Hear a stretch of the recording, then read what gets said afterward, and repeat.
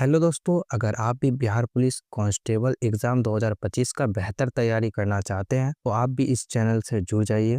इस चैनल पे Bihar police constable exam 2025 का बेहतर तैयारी बिहार पुलिस सिलेबस के अनुसार कराया जाएगा। तो आज का टॉपिक है साइंस से भोजन अधिक उपज में पादप एवं जंतु जनन एवं गुणवत्ता में सुधार के लिए चयन से। तो पहला प्रश्न है, संकरण का मुख्य उद्देश्य क्या है? तो सबसे पहले संकरण को समझते हैं। संकरण का मतलब दो अलग अलग प्रजातियों को मिलाकर एक नई हाइब्रिड प्रजाति बनाना। जैसे एग्जाम्पल के लिए IR8 चावल को संकरण से विकसित किया गया जिससे भारत में अनाज उत्पादन बढ़ा। संकरण का मुख्य उद्देश्य क्या है? तो इसका ऑप्शन है पौधे की वृद्धि रोकना, नए पौधे की उत्पत्ति, उच्च गुणवत्ता और अधिक उत्पादन प्राप्त करना, मिट्टी की उर्वरता को कम करना। तो इसका राइट आंसर होगा ऑप्शन नंबर सी, उच्च गुणवत्ता और अधिक उत्पादन प्राप्त करना, क्योंकि संकरण का मुख्य लक्ष्य उपज बढ़ाना और गुणवत्ता सुधारना है।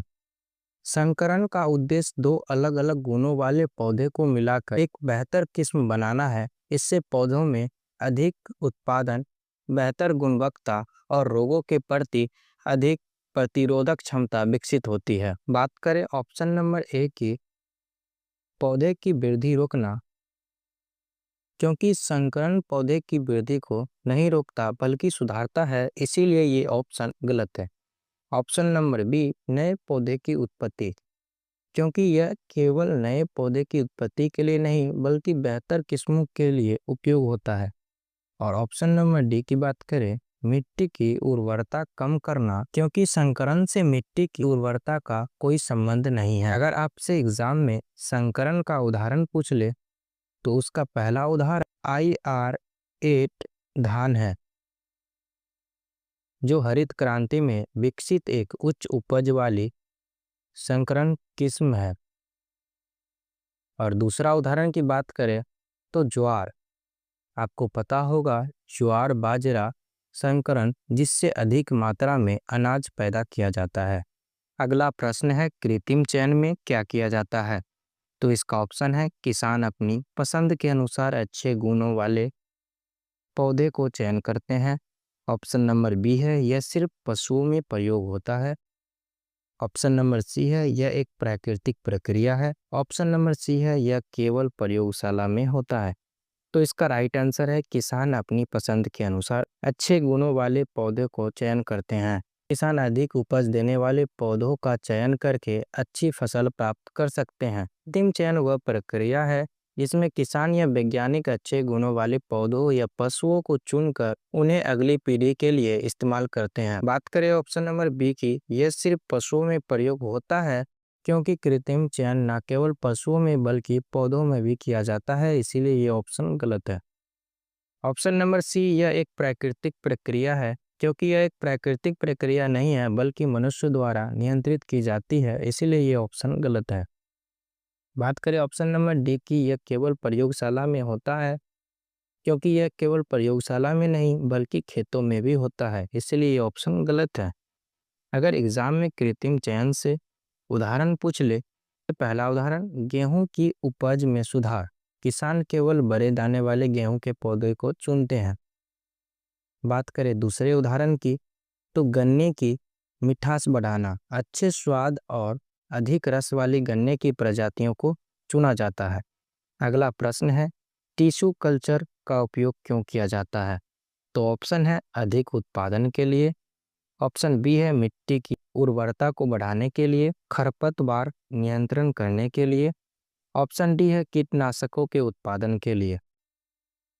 तो इसका राइट आंसर है ऑप्शन नंबर ए, अधिक उत्पादन के लिए, क्योंकि इस तकनीकी से गन्ना, आलू और केले जैसे फसलों का उत्पादन बढ़ाया जाता है। टिश्यू कल्चर तकनीक का उपयोग बिना बीज के पौधे उगाने और तेजी से उच्च गुणवत्ता वाले पौधे तैयार करने के लिए किया जाता है। बात करें ऑप्शन नंबर बी की, मिट्टी की उर्वरता को बढ़ाने के लिए, तो ये ऑप्शन इसलिए गलत है क्योंकि इसका मिट्टी की उर्वरता से कोई संबंध नहीं है, इसीलिए ऑप्शन नंबर बी गलत है। बात करें ऑप्शन नंबर सी की, तो खरपतवार नियंत्रण के लिए, क्योंकि यह खरपतवार नियंत्रण की विधि नहीं है। ऑप्शन नंबर डी, कीटनाशकों के उत्पादन के लिए, तो इसका कीटनाशकों का उत्पादन से कोई संबंध नहीं है, इसलिए ये ऑप्शन भी गलत है। अगर एग्जाम में आपसे टिश्यू कल्चर का लाभ पूछ ले, तो सबसे पहला लाभ तेजी से वृद्धि। पुराने समयों से अपनाए गए तरीकों की तुलना में टिश्यू कल्चर पौधे जल्दी बढ़ाते हैं। और दूसरा लाभ पूछ ले तो बीमारियों से मुक्त पौधे प्रयोगशाला में नियंत्रित वातावरण में पौधे में विकसित होते हैं। अगला प्रश्न है, संकर नस्लों का मुख्य उद्देश्य क्या है? तो इसका ऑप्शन है पशुओं की संख्या घटाना। ऑप्शन बी है अधिक दूध और मांस उत्पादन प्राप्त करना। ऑप्शन सी है पशुओं की उम्र घटाना।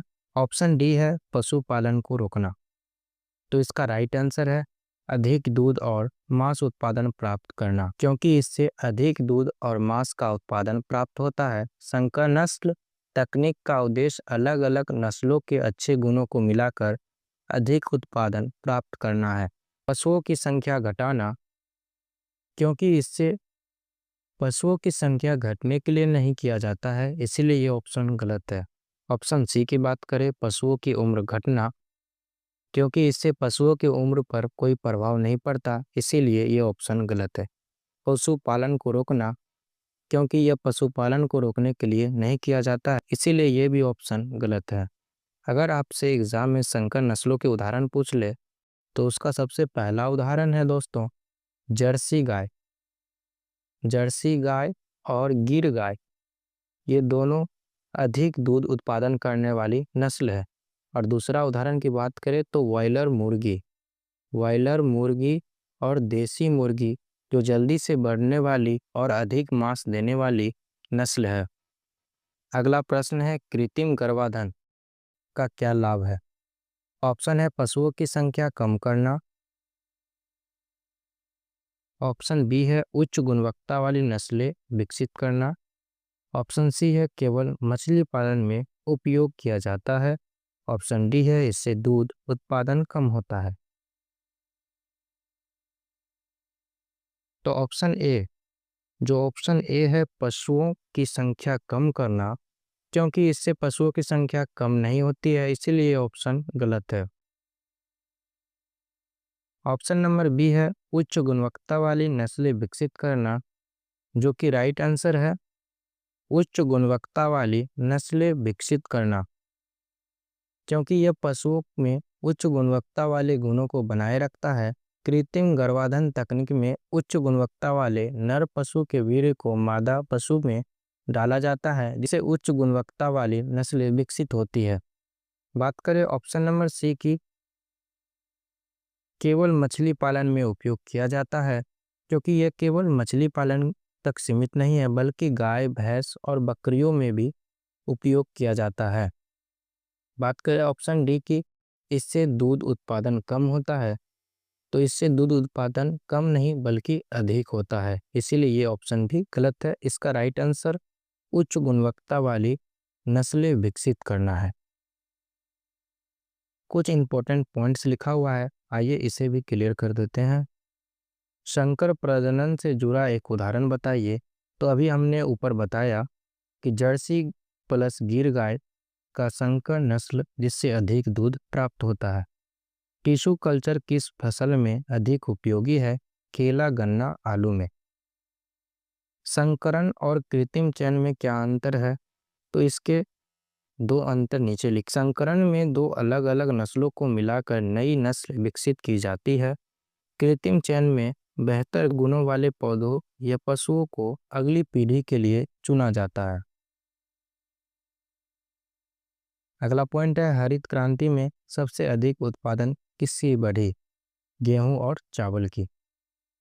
तो दोस्तों आज हमने पादप एवं जंतु जनन एवं गुणवत्ता सुधार के लिए चयन टॉपिक को क्लियर किया है। इस टॉपिक से जुड़े जो भी आपके सवाल है आप कमेंट में पूछ सकते हैं।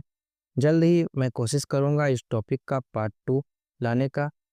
अगर आपको ये क्लास पसंद आई तो वीडियो को लाइक और चैनल को सब्सक्राइब कर लीजिएगा। मिलते हैं नेक्स्ट वीडियो में।